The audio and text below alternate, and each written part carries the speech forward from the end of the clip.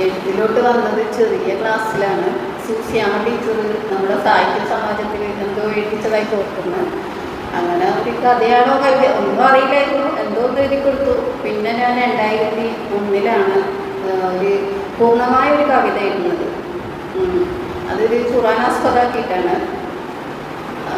അതന്ന് ഒരു ചെറിയൊരു ഇതിൽ തിരഞ്ഞെടുക്കപ്പെടുകയും പത്രത്തിലൊക്കെ വരികയൊക്കെ ചെയ്തു.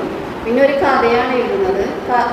ഒന്നും എഴുതണമെങ്കിൽ ഞാനൊന്നും ആ സമയത്ത് എഴുതിയിട്ടുണ്ടായിരുന്നില്ല. ഒരു ഉൾപ്രേരണ കൊണ്ട് എഴുതാന്നുള്ളതാണ് മാത്രമാണ്. നിങ്ങൾ കണ്ടുകൊണ്ടിരിക്കുന്നത് പി ഭാസ്കരൻ മാഷിൻ്റെ ജന്മശതാബ്ദിയോടനുബന്ധിച്ച് തനിമ കലാസാഹിത്യവേദിയായ കൊടുങ്ങല്ലൂർ ചാപ്റ്റർ അവതരിപ്പിക്കുന്ന ഭാസ്കരൻ മാഷും മാപ്പിളശീലുകളും എന്ന പ്രോഗ്രാമാണ്. ഈ പ്രോഗ്രാമിൽ തന്നെയാണ് എൻ്റെ പുസ്തകങ്ങളുടെ കവർ പ്രകാശനവും നടത്തുന്നത്. പ്രണയം അതുപോലെ വിവിധതരം പ്രണയവുമായി